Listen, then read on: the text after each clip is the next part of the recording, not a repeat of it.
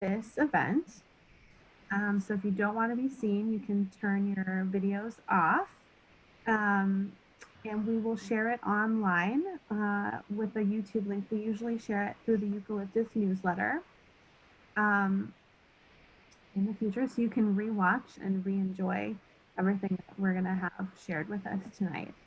The second thing that I want to do is acknowledge that the land that we would be on if we were on campus right now is Ohlone land, and we want to send thoughts and gratitude to the First Nations people whose land we are using. Now, I would love to introduce my coworker, Allison Ross, who is joining us today. Allison is the quarterly editor, so she does a great job on everything, and I'm excited to have her here with us today. She'll be doing the questions portion of our event with our authors. Do you want to add anything, Allison, or? Not really. If for our audience, the fall quarterly should be hitting your mailboxes soon, but you can also check us out online. The new issue's up at quarterly.mills.edu. And we have an exciting story in this issue about Ruth Saxton, who I know a lot of you studied with when you were at Mills. And I really love this story, and I can't wait for people to read it. Oh yeah, her new book just came out, so that's really exciting. All right, so a little bit of housekeeping before we get into the nitty-gritty. Please, if you are not an author and you're not reading, make sure that you are muted just so that we can hear everything that's being said and shared with us.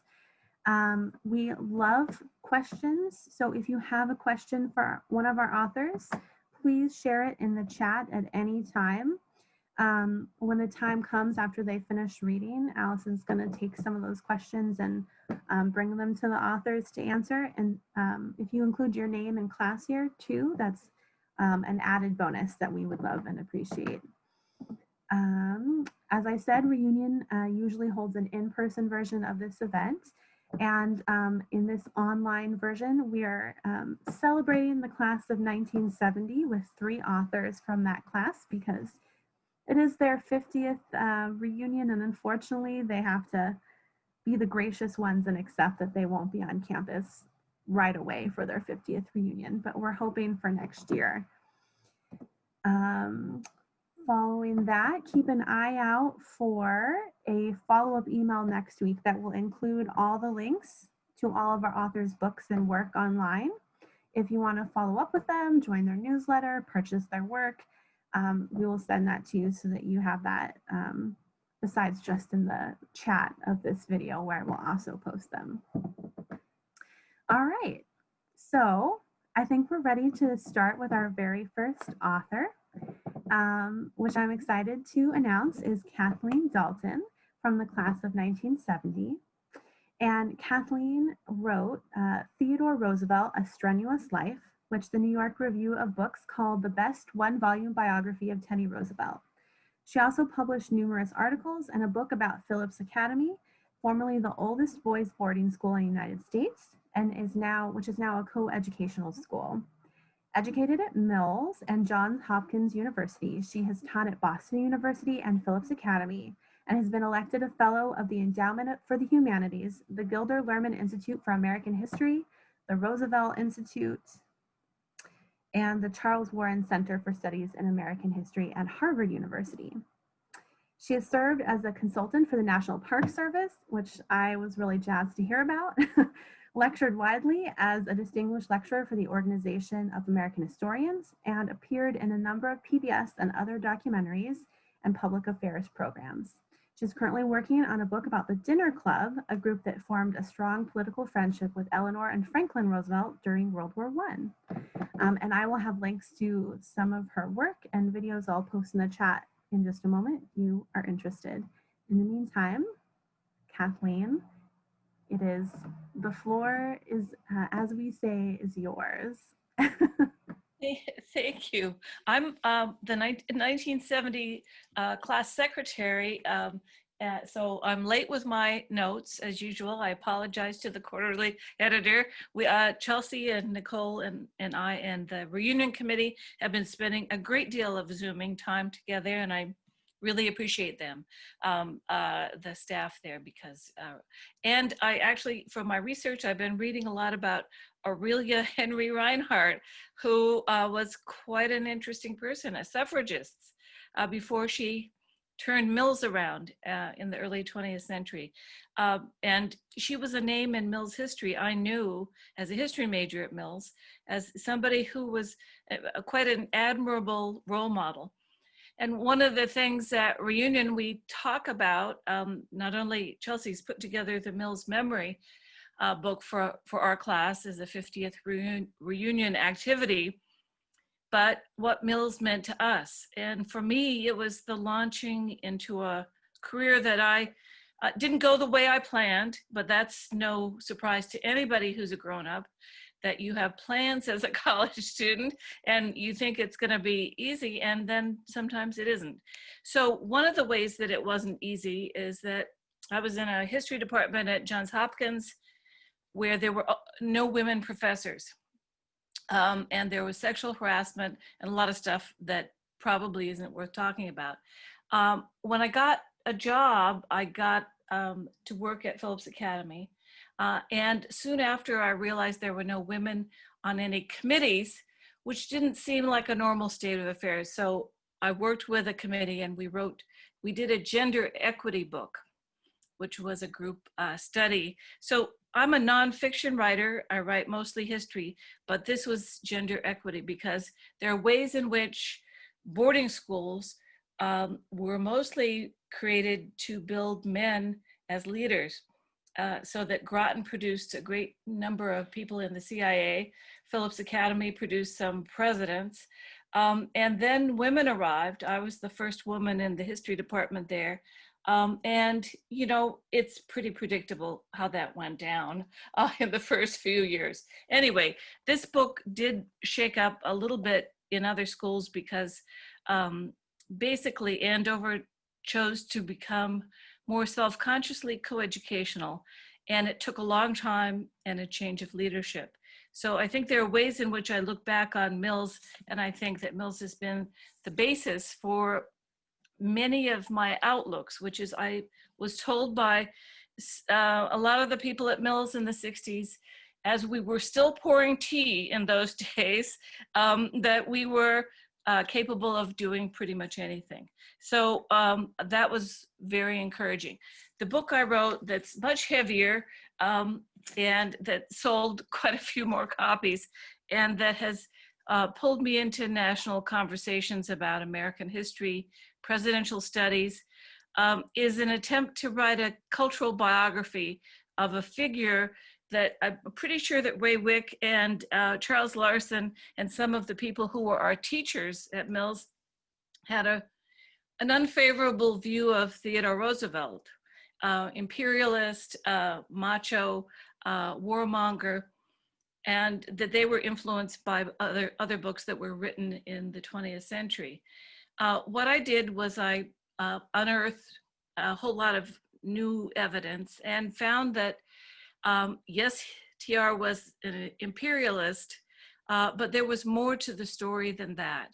That in fact, he had argued for a welfare state in 1912 when he ran as a bull moose candidate, and that he was very much influenced by a generation of women, actually Aurelia Henry Reinhardt's generation, the Jane Addams, the Maud Nathan, the people who founded the Consumers League and who were suffragists, took him aside and said, by the way, we need to be like other countries. We need unemployment insurance. We need workmen's compensation. We need women's suffrage. We need all kinds of things to be a modern country, to be a little bit more like England or New Zealand. And so TR was re-educated by what I call a female brain trust. So that argument has not exactly swept aside all other historians of Theodore Roosevelt. People still prefer slightly romanticized Edmund Morris, and that's fine. But a lot of people did change their minds and did realize that Theodore Roosevelt did play an important part in educating people like his niece, Eleanor Roosevelt, and her husband, Franklin Roosevelt, who wanted desperately to be like Uncle Theodore. So those are interesting stories. And so I've had a very good time, an unexpectedly good time on book tours and on the lecture circuit. And that's largely thanks to the education and encouragement I got at Mills. Mills really was much more supportive an environment than Johns Hopkins was, although I had some good professors there.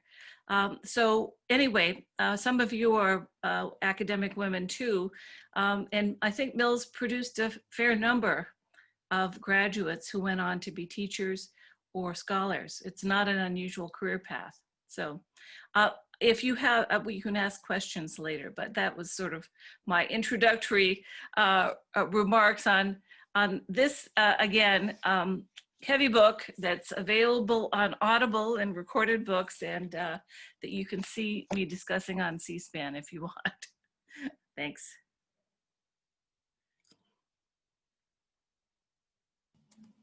Okay. We have a couple of questions to go ahead and get started with, Kathleen. So what does a book tour entail? And do you have any good stories about things that have happened while you've been on book tours?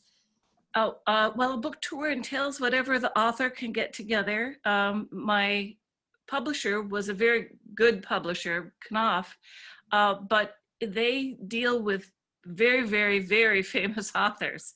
So Andrew Weil and Anne Rice were selling like hotcakes, and I'd be waiting in the elevator for the publicist, and it's not as if I had a reputation. So I had to do my own book tour largely, and they were, you know, they would support what I would do, but they're going to save their marketing money probably for somebody like Anne Rice, and that it makes a lot of sense. So people told me, call up every social network in the world that you've ever had, call up friends. And the Organization of American Historians, it got me to be a distinguished lecturer. So I would go around and do lectures for them. And then that helped sell my book. And that was a lot of fun. Mills had me back. A friend of mine who used to teach at Berkeley invited me to give a talk at Berkeley, and Charles Larson and his wife came. It was very nice. I gave a little talk about the more complicated Theodore Roosevelt, and then at the end, my friend who was in the history department at Berkeley said, I still hate Theodore Roosevelt. So, you know, there was no changing some people's minds. So that's, there were, the Theodore Roosevelt Association is a fan club, and they did a lot of events, and they had a symposium. So that was good, and that helped C-SPAN. And you know, people in my family called up their local bookstore, relatives. So it was a lot of adventure. One guy at one of the events did grab me, and I didn't smack him. I always wish I had, but you don't go around a book tour smacking people. So anyway, I just won't do ever again a book event at his organization. I promise you. So. And then can you speak to the usefulness of history as a specialty in today's world? Well, I often think that how could we possibly think about policymaking without knowing today about the New Deal and the debates about using taxes to diminish inequality? It's been done quite a bit in American history. It's unimaginable to me that there are people who are policymakers who don't know what the options were considered in the past and why people chose certain things and not others. Why is the United States so incapable of providing health care to its people. And what made us a first world country? Why are we slipping back into third world status in terms of standard of living, our ability to keep people alive? And what's all this about? So you have to know history to understand where we are today. Besides, it's a lot of good stories. Oh, absolutely. And that is a perfect segue into a question from Chelsea from the class of 2013. So tell us a story about Theodore Roosevelt, or if there's only one thing you could tell people about Theodore Roosevelt, what would it be? What do people not know? Well, one of the things being a big nerd, I went through a lot of the diaries that other people didn't bother with, which is one of the things is if you're trying to understand a historical figure, who else was in the room and what did they write about them? So I went to a lot of archives, which is really fun for me. And it turns out that his daughter, after they spoke around the fire at Sagamore Hill, would go to her room and write down what Dad said. And he was moving left.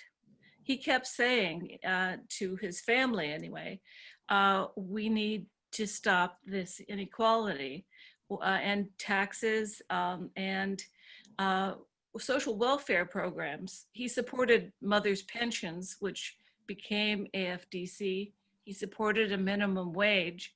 Those are all things that you don't get in any of the books that, well, it's not just men who write about him, but it's mostly men. But that's not really the issue. The issue is people didn't look at him when he's waving the flag, calling for wars, kind of a character building experience.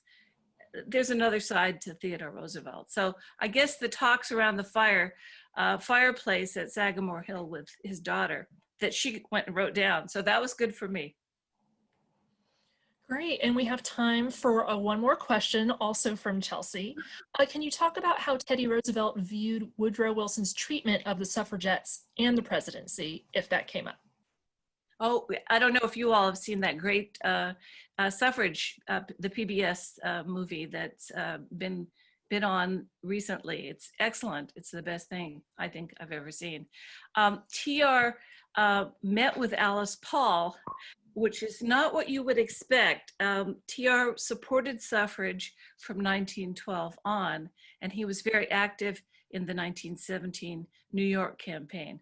And many suffrage historians ignore that fact because they're stuck in that old view of TR. So he was committed and active in fighting for suffrage. And we don't know what he said to Alice Paul, but he hated Woodrow Wilson's guts so much that it's entirely possible he said to her, look, you've just been with all those radicals in England. Well, why don't you try to rattle Wilson's cage? So he knew she was going to do it. He wouldn't necessarily approve of demonstrations like that, Kaiser Wilson and all of the things that the Alice Paul people did, but he was happy to have a political problem created for Woodrow Wilson. So, Love that. Great, thank you so much, Kathleen. We really, really appreciate it. I was really wanting Go back to Chelsea. I really wanted to ask that last question because when I was at Mills as a student, I studied history and I had a class with the wonderful Bill Issel, who's no longer at Mills, but is an incredible American historian. And he had us write some sort of report, with a paper and a presentation on a historical American figure. So I chose Woodrow Wilson. I wrote this report that I put, every ounce of my feeling of, I hated his guts as well into this report. I presented it and Professor Issel stood up. I did not know that he greatly enjoyed Woodrow Wilson and spent the rest of the class time telling me, you did a great job formatting and doing your research, but your opinion is all wrong, and let me explain why. oh my goodness. which was quite an experience in front of the rest of the class and one I will never forget. But I know he did it for pure love of academia and historical figures. So I was just curious when you you mentioned the other suffragettes. Anyway, all right, thank you so much, Kathleen. I really appreciate it. It was wonderful. And we will move on now. I'm excited to say to our second author, who is not from the class of 1970, but we won't hold it against you, Thea. Thea graduated from Mills in 2003 with a degree in media studies and has since written The Introvert's Guide to the Workplace, Concrete Strategies for Bosses and Employees to Thrive and Succeed. And this work discusses, things like combating anxiety in the workplace, making meaningful connections, overcoming the dreaded imposter syndrome, all things that I'm sure all of us have had to deal with at one point or another. Tonight, I believe we'll be hearing a section regarding the myths that people also often have about introversion. And Thea, you have the floor, so take it away. Thank you. Hi, everyone. So, my name is Thea Roscoe. Here's my book. Woohoo! My first book, The Introvert's Guide to the Workplace. I have been an introvert mentor for the past 7 years, helping people, introverts, with their life and their business. And really, I did this because I started this because I'm an introvert and I spent much of my childhood feeling like I was broken and that there was something wrong with me because I didn't like parties and I just wanted to stay home and read. So really I became very interested in just personality and introversion in particular, and I started talking about it on social media, and I kind of blew up, and then I wrote a book. So Allison, yep, I think most introverts do feel that. So I'm going to talk about, right before I get to the introvert myths, the part of the book about introvert myths, I wanted to just read the first section here. It's entitled Quiet Revolutionary. Before he led a revolution, he was a shy law student. He had left home at the age of 18 to study law in a foreign country. And now, 3 years later, he was back home in India. He knew little about the laws of his native country and struggled to understand its intricacies. However, his family had gone into debt to support his studies so that he could get his law degree. So despite feeling like a fraud, he started looking for clients. He rented an office, put up his shingle, and waited, but very few cases came his way. Finally, he was hired for an easy case that would only take up 1 day of his time. Representing the defendant, his main responsibility would be to cross-examine the plaintiff's witness. And that's how Mahatma Gandhi found himself sitting nervously in a courtroom waiting for his first time to speak in the small causes court. At last, the moment came for him to cross-examine the witness. Gandhi stood up and froze. His mind went blank. He couldn't think of a single thing to ask the plaintiff's witness. In his autobiography, The Story of My Experiments with Truth, he describes the courtroom as reeling around him. He imagined the judge was laughing at him, although the room was spinning too much for him to actually see if that was true. Unable to think or see straight, he sat down and then told his client's representative that he couldn't conduct the case. Gandhi's first court case was a resounding failure. Not exactly the type of behavior one would expect from a person who had gone to launch multiple revolutions while leading a very public life of nonviolent protest. So what changed? Was Gandhi's ability to shape the world through his leadership proof that he'd stopped being a shy introvert and turned into a talkative extrovert? I don't think Gandhi transformed into an extrovert. I believe what changed for him and what enabled him to become a revolutionary leader was that he overcame his extreme shyness, which is to say he overcame the fear of negative judgment that has caused him so much anxiety. But Gandhi retained his introversion, his innate need to go inward for his energy, which helped him to think deeply about the world around him and to challenge what the culture he lived in considered to be the truth. So that's just how the book started. And then I kind of talked about myself a little in the book, and I'll skip that because it feels self-centered. so now let me just talk about some of the introvert myths. I talk about 6 of them here. We're all shy, we aren't leaders, we can't do public speaking, we hate people, we lack self-esteem, and we're aloof. So let me just talk about the introverts are shy myth a little bit more, because I think that's an important one. It's a very common myth. So introverts are shy. Peter claimed he was no longer an introvert. Okay, I said, while wondering to myself why he had come to this event I had organized for introverts. Peter proceeded to tell me that he used to stay silent whenever he was among a group of people, but that was in the past. Now he could talk confidently in a group. What Peter thinks of as introversion, I think of as shyness. I often come across people like Peter who tell me, mistakenly, that they used to be introverts but are now extroverts. And after some probing, it's almost always turns out that they simply outgrew their shyness and can now talk to people with ease. And it's really not unusual for someone to grow out of shyness. On the other hand, there's quite a bit of research suggesting that a decent amount of introversion is actually genetically determined. A study from the University of Minnesota looked at 402 pairs of twins, including identical and fraternal twins, as well as twins who are raised together and apart. It concluded that when it comes to certain aspects of personality, on average about 50% of measured personality diversity can be attributed to genetic diversity. The researchers also concluded that the overall contribution of a common family environment component was small and negligible. In other words, it's likely that what changed in Peter wasn't his temperament, which is to say an ingrained part of his personality, but rather a certain aspect of his outward behavior, his shyness. Because of this long-standing myth that all introverts are shy, many people seem to think that if we introverts could just get over our supposed fear of socializing, we would turn out to be loud, exuberant extroverts and start hosting raucous parties. No. In my case, it's not fear that's preventing me from hosting raucous parties. It's simply my lack of interest in being involved in a loud party, or pretty much any party. The reason this is such a long-standing myth is that, from the outside, introversion and shyness may look indistinguishable from one another. If a shy person and an introvert walk into a noisy nightclub full of strangers, they're both going to look very unhappy. But they'll look unhappy for different reasons. Shyness stems from a fear of being judged, so a shy person is going to worry about fitting in with everyone in that club.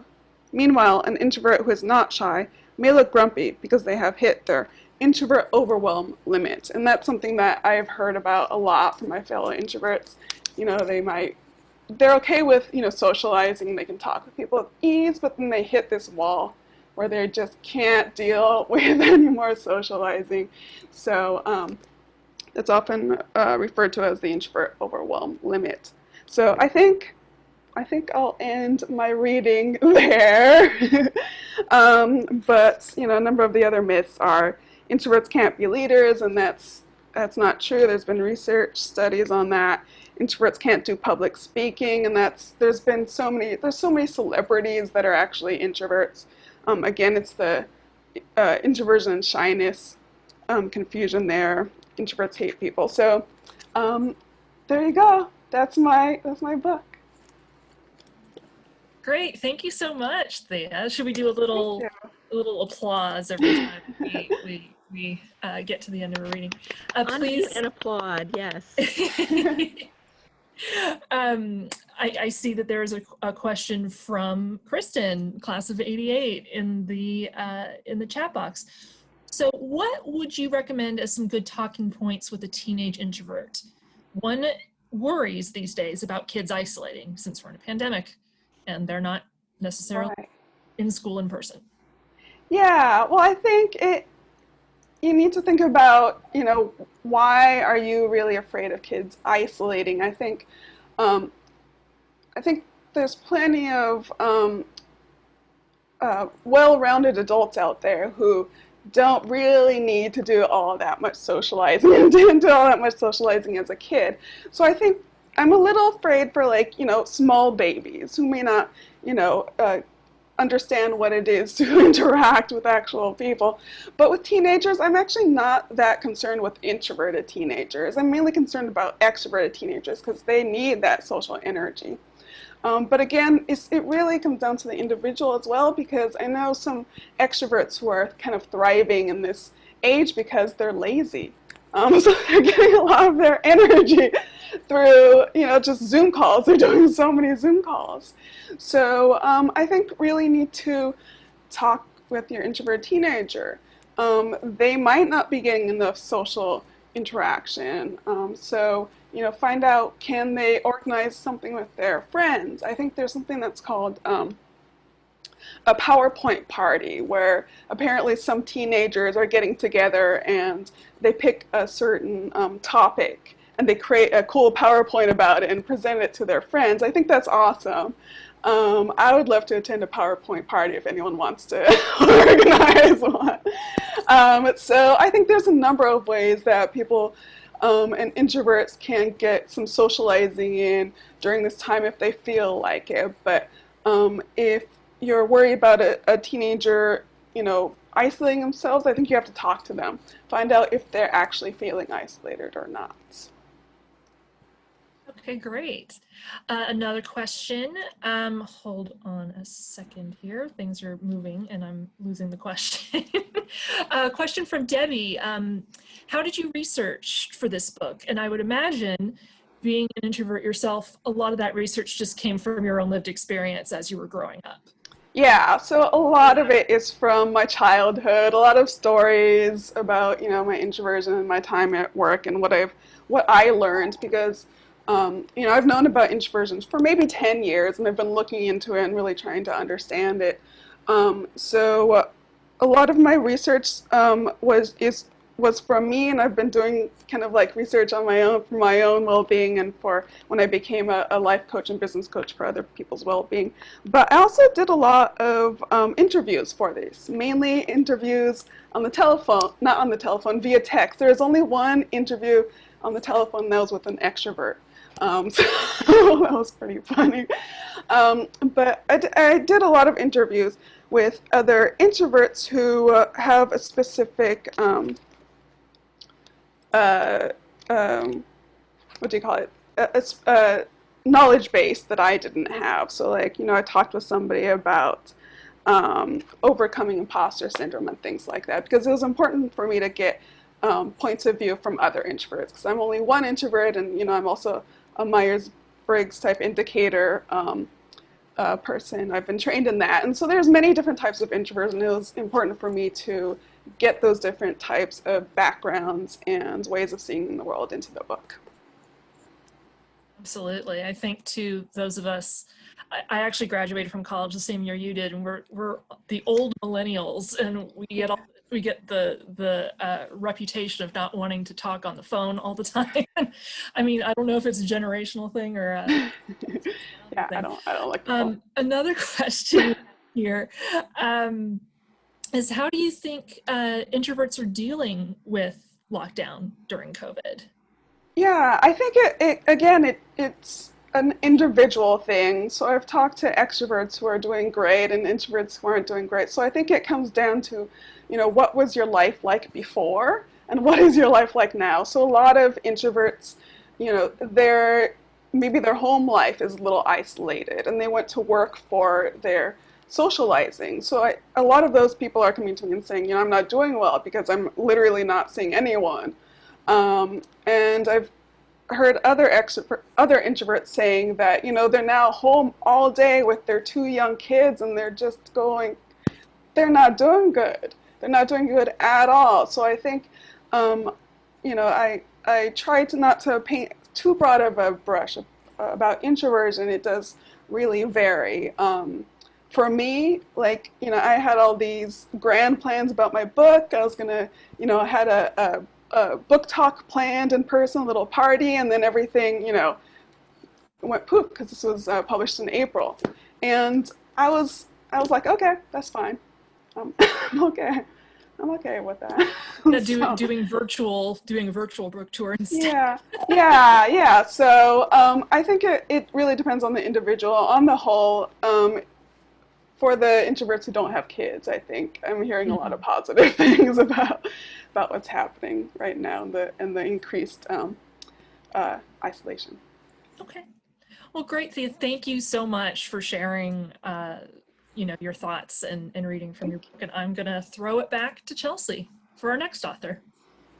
Indeed. Thank you so much, Thea. As an introvert myself, it's really interesting to hear about this. And I'm glad that you're taking this time to talk about the very complicated subject that all introverts present as a person. So our third author is, I was joking earlier that we have a lot of K names tonight, and our second, we have 4 Ks tonight throughout the event. And our second K, Kathleen McKay, is our third author tonight. Kathleen is a journalist and author who has written widely on arts and culture. Her articles have appeared in Time, People, Rolling Stone, the Los Angeles Times, and the Washington Post, among other publications. She has co-authored 4 books, including contributing to the Anne Rice Reader from Ballantine. And Kathleen attended Mills for 1 year and transferred to Harvard, where she graduated in 1972. But we consider her still a Millsie, so don't think you're getting away from us anytime soon. She lives on the coast of Maine with her husband, David. And tonight we'll be hearing a section from Kathleen's book, Bob Dylan, Intimate Insights from Friends and Fellow Musicians, and I'll post a link to it in just a moment as well. Thank you so much, Kathleen. You are free to take it away. Thank you, Chelsea. Sorry that the video doesn't look very clear. At any rate, my book is composed of interviews with musicians who've known Dylan well over the years. And I'm going to read from a last section, which is my afterword. In the course of 20 crowded years, one parts with many illusions. I did not wish to lose the early ones. Some memories are better than realities and are better than anything that can happen to one again. Willa Cather, my Antonia. This journey into Bob Dylan's life and his friendships has illuminated some of the great excitement involved in Dylan's achievements. He holds an unparalleled status in American culture. He has forged revolutionary changes that have transformed folk rock and the craft of songwriting. Thoughtful friends have also reflected what is missing from Dylan's life. He tours constantly, pre-pandemic that is. Unlike peers like Paul McCartney, Bruce Springsteen, or Bono, who have had celebrated marriages, Dylan keeps quiet about his personal life. The writer of great love songs like Sad-Eyed Lady of the Lowlands and Lay Lady Lay seems to be spending his later years as a wandering troubadour, serenading others with songs of love, then leaving the stage alone to write or draw in his journal in a colorless hotel miles from home. Why does he keep performing? Friends have noted that, like his peers McCartney and Clapton, he performs because it is what he knows. It is more than a job, it is what he loves to do. No one told Picasso or Matisse to stop painting after their 65th birthdays.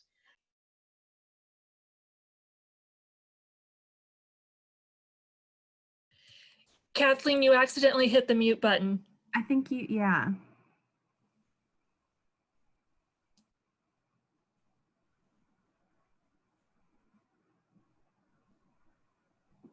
Still muted.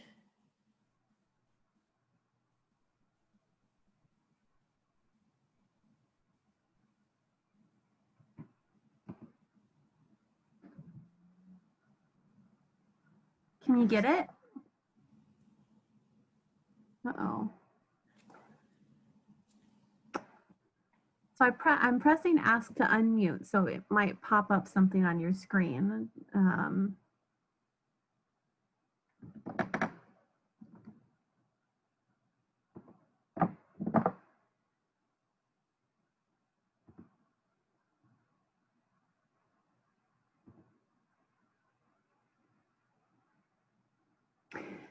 Kathleen, how about we move to the next author, and then do you think we can get you unmuted by the time Kristen has finished, or? Couple times. Oh, Can you hear me there? we can hear you. It's totally up to you, Allison or Chelsea, whatever you'd like to do. No, we got you back, so let's keep going. And I think what we last heard was no one has asked Matisse to stop painting at 60.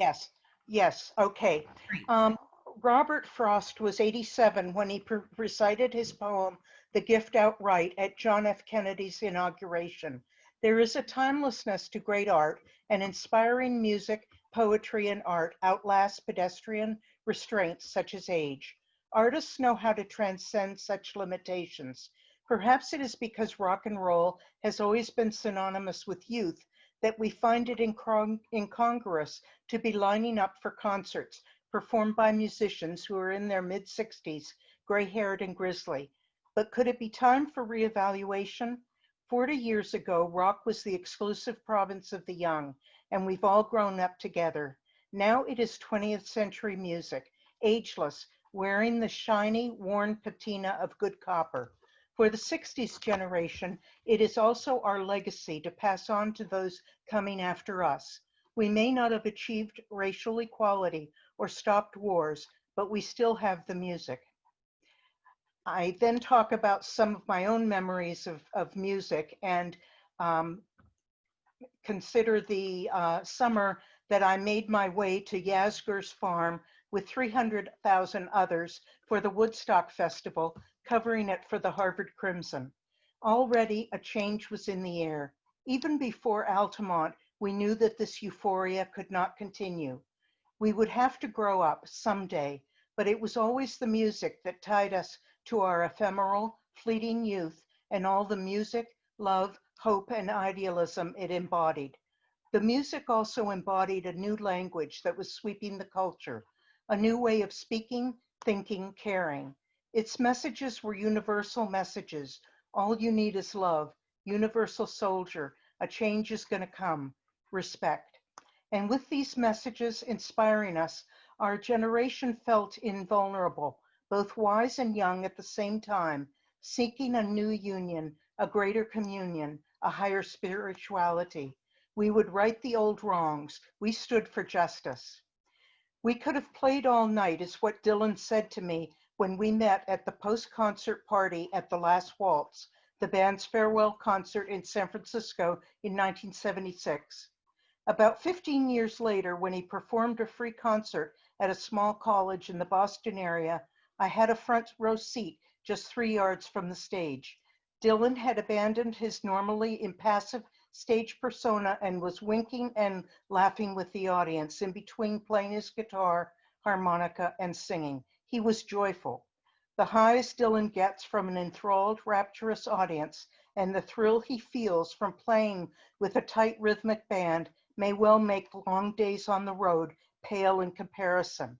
This is his life. It is a self-defined creative life. He is his own man. As an artist, he has inspired millions with the simplicity and power of his timeless songs.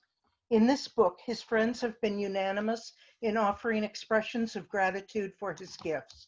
They have shared treasured memories that made us all feel young again, helped us remember hearing a certain Dylan song for the first time, and rekindled our belief that indeed, for an adventurous soul, anything is possible. So Dylan continues to lead his life on the road as the outsider, a picaresque hero on the run, painting vivid pictures, singing ageless songs, and drawing dreams of an unforgettable American landscape. No matter what path you have chosen since the 60s, you have had the music as your steady companion. It has comforted and uplifted you. It has made your journey swifter and your burden lighter. For all of you, including those born after the 60s, you have appreciated the music of Bob Dylan and that of his friends, and I thank you for taking this journey with me. With that, I think it is fitting that I close with Bob's own lyrics. This is for Bob and for you, dear friend. May God bless and keep you always. May your wishes all come true. May you always do for others and let others do for you. May you build a ladder to the stars and climb on every rung, and may you stay forever young. Thank you. Thank you, Kathleen. I don't know if people know, but you can do a little reaction if you want to applaud like that. So virtual applause. Thank you. Thank you. So we have a question from Chelsea. What opinion do you have of the on the depiction of Bob Dylan in the film I'm Not There? On the film I'm Not There, meaning the one where Cate Blanchett played him, is that the one you're referring to? Yes. Yes, Chelsea? Okay, because I think that film is casts a pale shadow compared to other films about Dylan, such as No Direction Home by Martin Scorsese, and Martin Scorsese again, The Rolling Thunder Review, and also Scorsese's film of The Last Waltz. I think that when a clever filmmaker tries to play on Dylan's many myths and many masks, he falls short. And I'd rather see the real thing, as I see in Scorsese's films. Absolutely, that makes a ton of sense. Next question is from Carol Wolf, class of 1980. Have you written a description of your experience at Woodstock, or is your article for the Crimson still available? And I have to second that. I'm interested to hear more about Woodstock. The Harvard Crimson article may well be available. I really am not sure, but I can tell you two stories related to Woodstock. One is that I was at Harvard's Sanders Theater, where I was listening to George Martin, the producer of the Beatles, give a lecture about producing the Beatles. And one of the current Harvard Crimson editors interviewed me about Woodstock at that moment. So that was fun. That was like 30 years later. About Woodstock itself, my brother and I drove and our car broke down because little did we know 300,000 people were going. And to hear Joan Baez and Jimi Hendrix and Richie Havens and all these people in a field with mud was less than optimal in terms of the music, but in terms of being part of a generational experience, I wouldn't trade it for anything. And I'd have to check if the Crimson article can be found in its archive. Very nice. Okay, one more question. Debbie's curious, what took you from Mills to Harvard back in the day? Yes. Well, it wasn't like I was sitting in Olney Hall and I suddenly decided at the end of my freshman year that I wanted to go to Harvard. It really was a matter of family circumstance. I grew up in Venezuela and my parents divorced, and my father suddenly sent my mother away from Venezuela, and I had to take care of my mother for a year without going to college. And after working and taking care of my mother, I decided to go back to college, and I was able to go to Harvard and get admitted full time, and I worked my way through without family support. So that's my Harvard story. Got it. Wow, that's quite impressive. Thank you. Okay, thank you so much for sharing and for answering our questions. We really appreciate it. Thank you. And passing it back to Chelsea. Yes, Kathleen, thank you so much for bringing Bob Dylan and your experiences, learning about him to us. He's such a mythical figure in today's history. We're going to move now to our third K of the evening, which I'm happy to say is Kristen Cabin. Kristen writes, I was the campus cartoonist in 1987 and 1988 when I transferred to Mills as a resumer from St. John's College via art school. My senior project for my college major, Myth and the Western Mind, was a 30-page philosophical comic book listed in the Field Gallery along with my collected cartoons. A few years later, when students shut the campus down, I came back to draw what I saw. Inside the Mills Revolution was my first self-published zine, 20 years later, I published it with all of my cartoons in a memoir called Perfectly Revolting.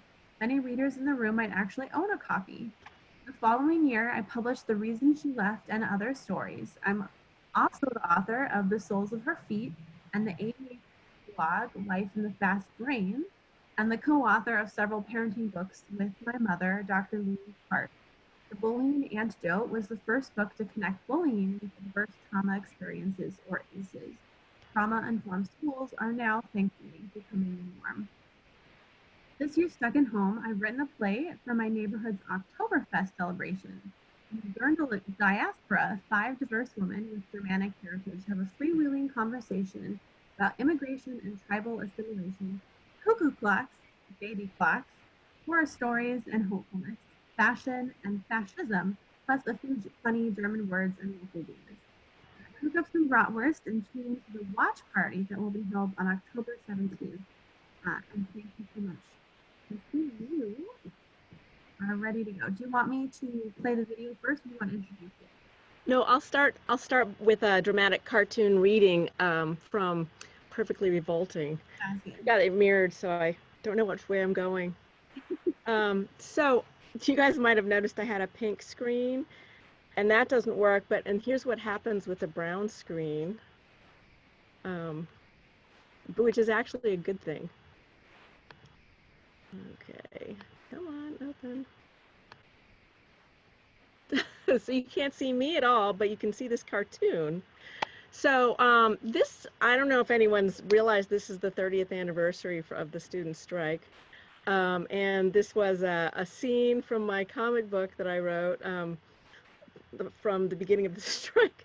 And so it's got Mary Metz with her great big hair and Warren Hellman saying, "Well, Mary, looks like we empowered a few too many women a little too fast." I'm going to need everybody to turn your mics on so I can hear if you're giggling, all right? So the thing about, so we have nonfiction authors so far, and maybe we'll have some fiction authors, but the thing about this particular book is it's part both, because it's part memoir and part, well, cartooning is sort of neither fiction nor poetry, just it's a weird thing on its own. But I'm going to read a little section that'll bring us all back to Mills, just sort of as I was describing my first few weeks there. And I'll put on this picture of a familiar landmark here for this. My first few weeks at Mills, I was enchanted by the dark paneled hallways, stuccoed tiles, and musty smells of the old dorms, the quaint collections of old books and rampant teapots. I heard whispered stories about students in Victorian times who used to walk around holding hands. Imagine that. Affectionate friendships uncolored by sexual labels. Whoa. And write passionate letters to one another. There used to be a riding stable and a beauty shop and rituals where students dressed in gauzy togas and frolicked around Lake Elisa with lanterns in the twilight like Isadora Duncan. Sometimes they even dressed up as George and Martha Washington and danced the gavotte, whatever that is. And then I talk a little bit about the Campanile, which you all know about, but I wrote, living at Mills means hearing each of these bells sing every 15 minutes, all day, every day, year in, year out. And if you know the meaning of the bells, the virtues they represent are subliminally drilled into your head constantly. So as you can see, did you guys know that the bells all have names for different virtues? So I don't know if you can read it. Faith, hope, peace, joy, meekness, self-control, which is kind of interesting when you start talking about virtues and values of these days. The big one is love, which is great. And then down in the corner of the cartoon, I had options for modern names for the 80s. Safe sex, self-esteem, save the whales, low interest, assertiveness, humor, divestment, world peace, no nukes, and fun. So, all right. And then one more cartoon. in this book, I conclude the book with a journey of self-discovery that I had at Mills and after Mills that sort of concluded. This was the last cartoon I drew for many, many years. And I was making up a superhero, and I called her Renaissance Women, because in those days, everybody talked about Renaissance men, but no one ever said Renaissance women. And when I just went online to search for this image, I used to be the only hit. This picture used to be the only hit when you Googled Renaissance woman. And now you get pages and pages and pages, and there's so many articles on it. So a lot has changed in the past 30 years, and how wonderful is that? But I don't know if you guys can see the little tour through her lovely superhero attributes, but I'll read some of them that you can see. So she's not necessarily a blonde. Strong white teeth, yes, she bites. Knowledge of good and evil. So I said to the snake, give me a bite. She wields a pen and a sword. She can knit a sweater in minutes flat. She's got a hammer on her thigh, and it says hammers in the morning, in the evening, all over the land. That's all for you 70s, grads. Her knees do not jerk. Let's see, she's a healer by all methods that work. She can't fly, but will bravely walk through all kinds of weather. And she has lovely manners and cool jewelry to remind her that slavery is no fun. So I've got a few more minutes, and now I'm really excited to show you guys. This is I'm having a world premiere in 3 weeks, and you guys get the sneak peek. No one's ever seen this before, so you get to see what our rough animation. So go ahead and start playing that. Okay, I will unspotlight you, and we'll start screen sharing. And I'll just start talking. There's about a minute of where the opening credits and music are going to go. So I'll just tell you a little bit about this. It was inspired by a trip up to Oktoberfest, where I realized there was very little German culture. Can you hear the ticking? Can people hear the ticking? Do this if you can hear the tick-tock. I can definitely hear it. You can hear it? Well, you can hear it because you're playing it. Oh. Thumbs up if you can hear the ticking. No? Okay, shoot. I'm going to have to try and read along. So this is the sound of a sewing machine. We're building this environment here where it's a basement. And this is Savannah James. She's at her table, and she's sewing a dirndl. And line's being done. There's a loud sewing machine sound. Anytime you guys can hear it. Yes? Oh, great. So, all right. So hopefully. You finished it. Just in time. Yeah, 9 months later. You realize I leave next week, right? Totally worth stressing you out, Mackenzie. Wait till you see. Oh, I'll be the judge of that. You could have had a baby by now. Did Peter catch your ear up there? Yes, sounds like it's time for the talk. Yeah, we're going out to dinner tonight, but we can hang until 5. That should be just enough time to pin up the hem, have a beer, and... have a pre-talk? Are you ready for this? That's a big no, but maybe in an hour. Are you ready? This better be worth every penny, twice as much as I had planned. Ta-da! Oh my God, look at the pleats. The first 19 of them were pretty fun. The rest were because I love you so much. Did you know there are a dozen kinds of pleats?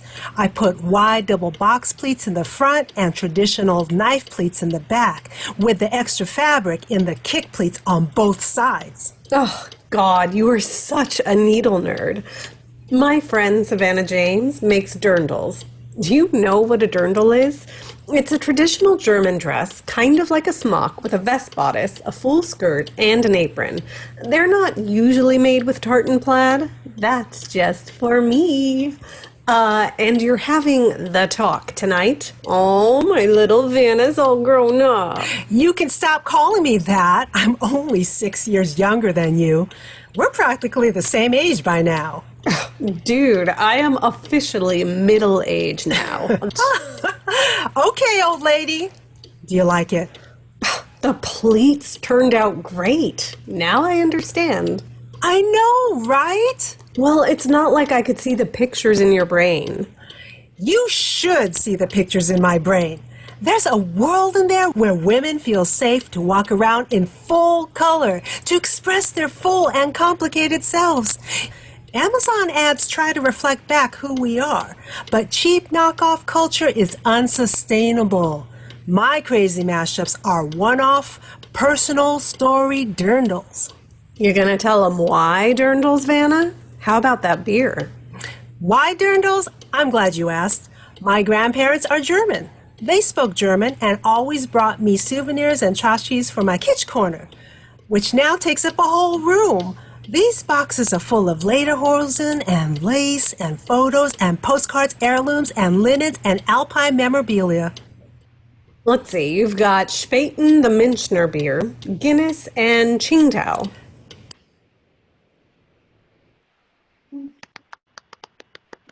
I think that was a successful screen share, I hope.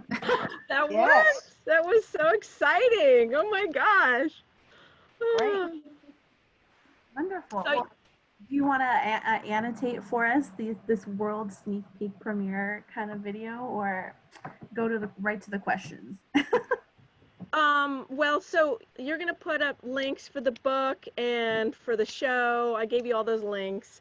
Yeah, so they're right there. So I'll go right to the questions. Oh, perfect. Thank you, Kristen. If anyone has any questions, please put them into the chat box. So this video that you just showed, this has been a recent development during the pandemic. This is my COVID project. It's your COVID project. It was supposed to be a staged reading. I got the idea 2 years ago. I did a cold read at Oktoberfest last year, a year ago right now. And I got a grant to do a staged reading. So it's supposed to be community theater. But since there's no Oktoberfest this year, I was like, well, why not do it online? And then I had the idea to do a simple animation, and then it turned into this actual like full-length feature film. So I'm sort of in the throes of creative insanity right now. Oh, and I got to give a shout out. I got a mentor in the audience. Hey, Carol. There's a great playwright in the alumni community who really helped me develop the script and make it happen really fast. So. Excellent. Now, an interesting question. How do you find cartoons and visual depictions are received in literature versus traditional fiction? And what experiences have you had with that? Well, now when the kids go to high school, they start by reading graphic novels. And graphic novels, when I was at Mills, I thought it was kind of, way over here to be thinking about being an intellectual and being a cartoonist. But there's a long tradition of cartooning that kind of goes like this. But at that time, when I started writing graphic novels, I was so on the outside. The industry was literally run for the pleasure of 14-year-old boys. And I would go to comic book conventions holding my masterpiece, which, why don't I have it right here? But I really, I really had an amazing book that was similar to this. It was very thinky, very, very fun, and just very different. And and I'd have these really wonderful, sympathetic comic book sellers saying, this is amazing, but you're way ahead of your time. So now maybe my time will catch up with me, because cartoons are not just, for G-rated for kids anymore. So. Absolutely. A question from Carol. Do you think Neil, oh gosh, Neil Gaiman. I don't know how to say his last name. Neil Gaiman has helped Neil comic Gaiman. to literature journey. Oh, absolutely. He's one of many, many steps in that. puzzle. When I was at Mills, I read Mouse by Art Spiegelman, and that was the thing that to me just went, okay, this is a whole different thing. And yeah, Neil Gaiman, he actually wrote for comic books. He wrote comic books, and then he went and he wrote novels. And yeah, and he really became somebody who was known for being a broad-based writer, which is what I would like to be. He's a great example because he does fiction, he writes movies, he writes for comic books, and he just thinks really in a lot of images. Absolutely. And then one final question. When did you develop this sense as a child? Did this sense of comedic timing and comic books? How far back does this go? Well, there's a line in my play. I've discovered a lot about my my history and my people. You know, as a German immigrant, and I talk a lot about the Swabians and the Bavarians, and there's one line about how, you know, the German engineering and the wacky humor of the Schwabs is perfectly embodied in the cuckoo clock.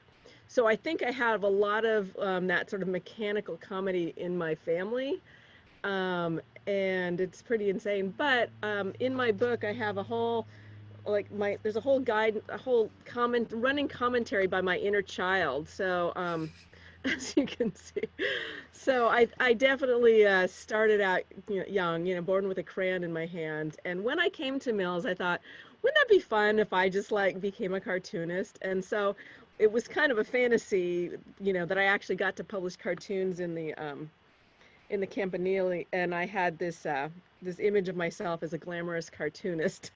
But I actually kind of grew up, like, became a glamorous cartoonist. Speaking of career paths we never expected, but it's so I couldn't stop. You know, it's like, you know, when you're a writer, when you just can't not do it, and so you guys all know that, right? And so this stuff just kind of would pour out of me, and yeah. So does that answer your question?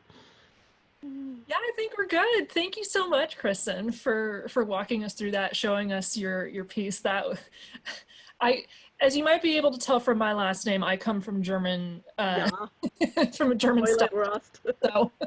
Oh, and I took 3 years of German in like 2 semesters at Mills, and it was just, so I'm really happy to launch this at Mills because that was the beginning of my my Germanity. Germanity. I love that. Oh, great. Well, thank you. And back to Chelsea. See you all at the watch party at the premiere. Oh, yes, absolutely. Yes, yeah. And thank you for sharing sharing that exclusive sneak peek with us, because that really is a treat whenever that happens. Never happened in the Writers' Salon, so it's a historical first. History has been made for the virtual. Yay! Our fifth author tonight is another member of the class of 1970, but she is not a member of the name starting with K club. Our fifth. We're gonna need one more of those because 3 Ks is not cool. No, we are supposed to have one more K. We're supposed to have 4 Ks, so we are good on that front. Our fifth author is Nicole Taggart Bergstrom, and Nicole writes in her biography, "I've worked with commercial film production most of my adult life. I had the great good fortune to work with Joel Settlemyer, whom you might know from all those Where's the Beef commercials. That's that guy. He did those for a number of years. My next good fortune was in finding Eric Bergstrom, a great director, to start a film production company. For over 3 decades, BTF Films was a hot boutique film production, and along the way, I married him. We have a daughter who graduated Harvard in astrophysics. She claims her interest in the stars began with the stars that she had on her ceilings as a child, those plastic stars that capture light during the day and glow black in the dark. Then came a sea of change. My mother has Alzheimer's and started to live with us. We moved to Baltimore because Eric was offered a great job, and frankly, I wasn't interested in the business anymore.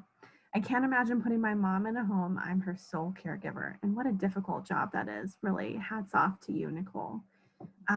After 2 lovely years at Mills, I attended Northwestern University and got an MA in English literature, then traveled and worked at the Club Med, holding an art workshop for the Mini Club, Switzerland, Tuscany, Morocco, Paris, learning French again, my native language. I'm presently pursuing a writing career working from home. I offer content site audits and am content marketing for doctors who practice holistic medicine. I can finally call myself an artist in residence. All right. Well, so thank you, Nicole, for taking this time to read for us this evening. And I understand that we'll be hearing from Ever Want to Smash Through the Digital Noise, Reach for a Pencil and Make Your Own Boom, which I think is great because the Salon is kind of like making a boom in its own way for these authors. So please, I'm going to spotlight you and you have the floor. Thank you. I started to write this for a couple of children, but then I got into it, and I've always had a love affair with the pencil. So it's like, I don't know what this is. It's a hybrid of sorts, and it's titled "Ever Want to Smash Through the Digital Noise? Reach for a pencil and make your own boom." A pencil serves to break through the noise, banish self-doubt, and free you to reconnect with your expansive inner self. A pencil is an extension of yourself. It serves the multitudes and is yet unique to you. Consider, 10 countries are involved in the making and combining of the 5 materials that make a pencil, the one in your hand. As a tool, the pencil allows you to speak in any language. Pushed around a writing surface, the pencil gives shape to your looping thoughts. A friend who is just like you, but perhaps even more giving. If you're having a particularly anxious moment in front of a white sheet, the pencil may be chewed. It even offers its eraser nub. You use that same nub to correct small errors of thought. Attached with a metal band, the eraser stays snugly in place, always present when you need it. The pencil allows you a discreet doodle on the margins when taking notes. You can press hard on it or as lightly as you wish. The pencil offers an extraordinary range of line. The pencil is a gentle reflection of what you're thinking, yet it also lets you scrawl out a manuscript, vigorously scratching out misplaced words. You can insert phrases in wild abandon. If you wish to give the pencil as a gift, you don't have to worry whether your friend is right or left-handed. Its visual appeal and versatility. If you have thick and curly hair, you may stick the pencil in it and carry it around on your head. If not, just stick it behind your ear. Symmetry is important to a pencil, so the pencil must fit well. Oh, yes, sorry. Symmetry is important to a pencil, so the pencil must fit well in the sharpener. If it doesn't, sharpening is no longer the quick task it's supposed to be. It now takes patience and concentration. Hey, that's not so bad. There's really no way of knowing what kind of experience you'll have using a pencil. The pencil doesn't rebel against its shortened life. It's no HAL in 2001, The Space Odyssey. It will never tell you, sorry, Dave, I can't do that. Intimacy. The moments spent with a pencil are intimate. It's just you and you on graphite. There's no drama when you take up with another. With a new pencil, you continue where you left off. Because this new pencil is like all pencils, like the many, but with the power of one. Whether you're a fellow writer, a gentle reader, or a social media beast, whether you're female, cis male, non-binary, or trans, the pencil is an extension of yourself, a friend for all time. Tactile magic, ambiguity, peace. That's it.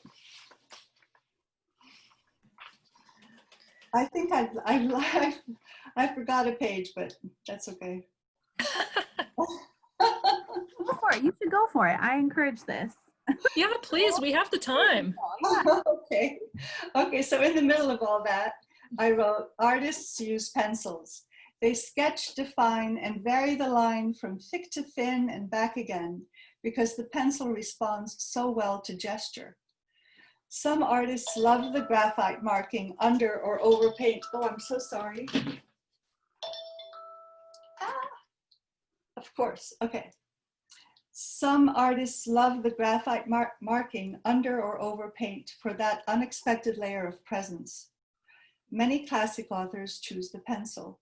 Hemingway often used a typewriter when composing magazine pieces, but for serious work, he preferred a pencil. Musicians break their guitars on the floor. You can wave your pencil like a baton to Ode to Joy, and then break it in two. The art of maintenance. Sharpening is a recurring aspect of the pencil. A fine point on a pencil is one of its delights. All you need is a good sharpener, a sharpener matched to size. The very act of sharpening a pencil reassures. It's an old friend, a promising ritual, and far from autocorrect. And then I read the rest. Even out of sequence, it makes perfect sense. No worries.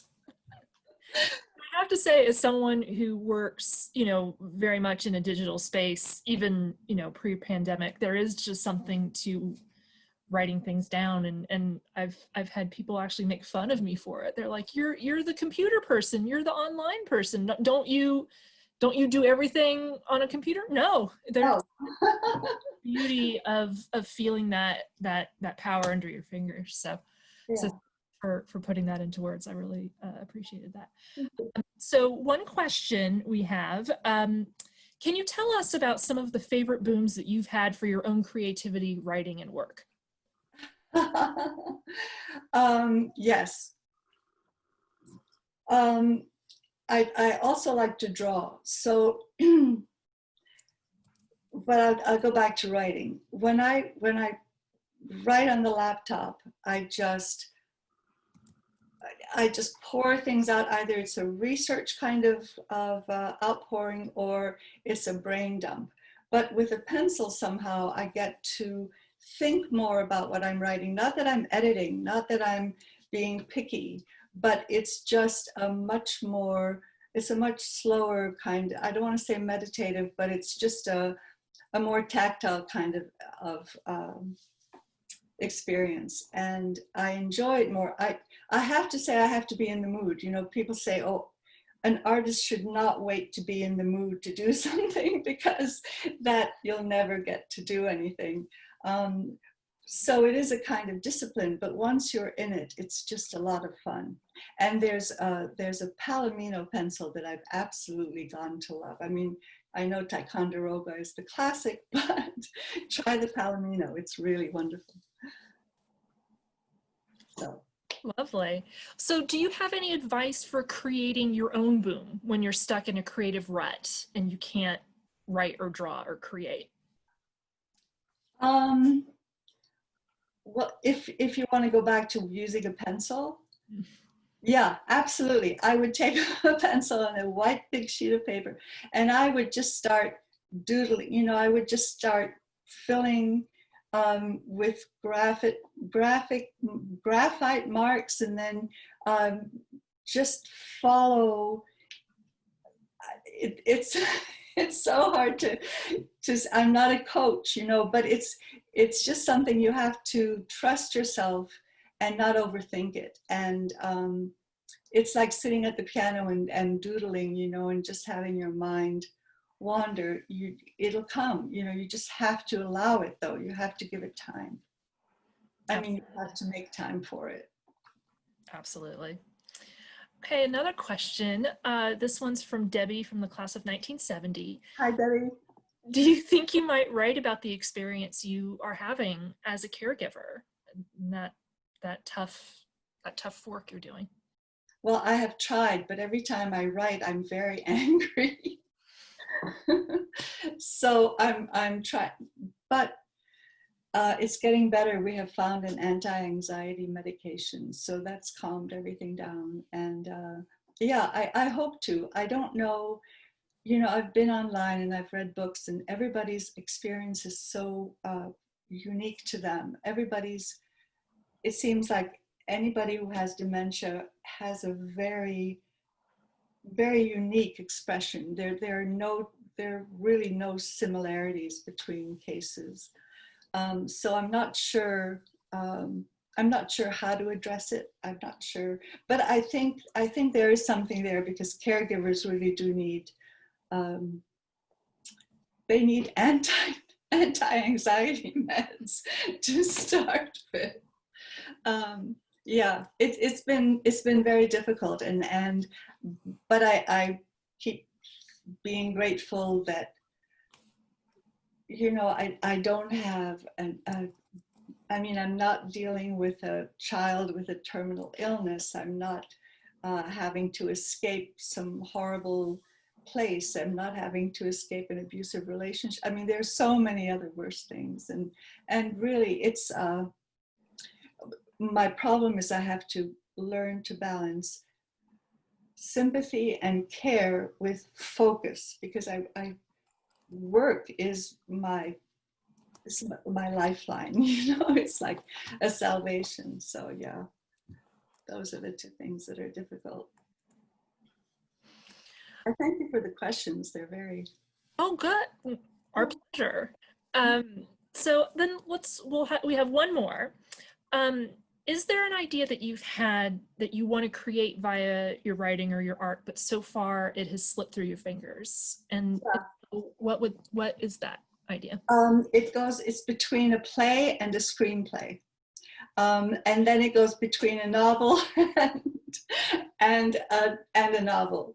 I just have ideas, but I have to find the structure. And I think I have to, I don't know whether it's to find a mentor or a program, or, you know, maybe Scrivener, or I don't know what it is, to be able to organize thoughts and things as they come, as and how they come. Yeah.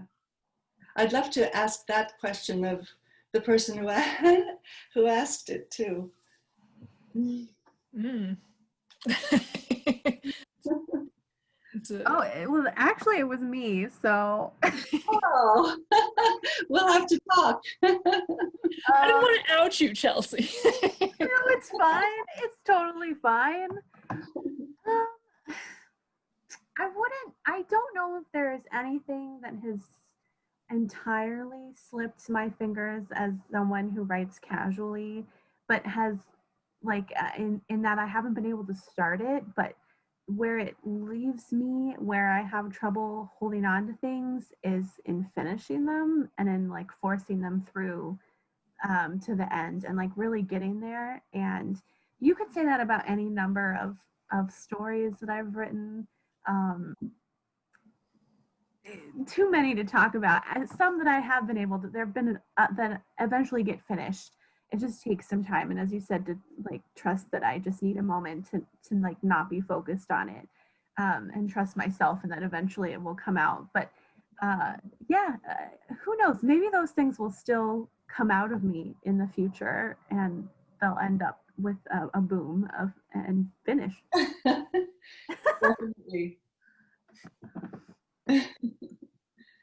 Definitely. That's the legacy, or the constant affliction of the writer, of the artist, is the trying to get it out, trying to finish it. I can't tell you how many projects I have like that. Exactly. Yeah. Well, they also tell us, or at least I've heard it said, that if you leave something, you know, you focus for a long time and then you walk away, you don't deal with it for days, and you come back to it, your mind will still have been working on it, and you'll be refreshing. I mean, you'll have a ton more things to finish it with, if that makes sense. I don't know if Absolutely. I said it clearly enough. It definitely makes sense. And you know, my previous words of just a few minutes ago have come back to bite me in the butt. We our fourth K of the evening, Chris Shirey, was just messaging me and is not available, like, to make it in time. They got stuck on public transit on their way home. So unfortunately, they will not be reading tonight, which I'm really sad about. Chris is a good friend of mine and a classmate of mine from 2013, and I'll just tell you a little bit about them. because we'll definitely want to make sure that they get a chance to be in a future writers salon, and this way be like a little teaser so you have to come back next time. Chris graduated, as I said, in 2013 with an English degree, and has since enjoyed writing books like From Grief to Grace, a book of poetry, which is what we would have heard from tonight. You can purchase his work at any major retailer like Amazon, Barnes & Noble, etc. And I also wanted to embarrass him if he was here and say that Chris just got married in July to the woman of his dreams, and we should all congratulate him, but unfortunately he can't make it. So next time, that's for next time. And I want to just thank everyone who've come out to hear from our authors. And I want to thank Allison for doing a wonderful job with all of our questions. And I want to really, really thank all of our authors, Kathleen Dalton, Thea Orozco, Kathleen McKay, Kristen Cabin, Nicole Taggart Bergstrom, and Chris Shirey, even though he couldn't make it in time. And I really, thank you so much for coming out and supporting this program. Please keep an eye out for the follow-up email that contains author websites and links. We'll do our best to find Kathleen McKay's article that was mentioned earlier.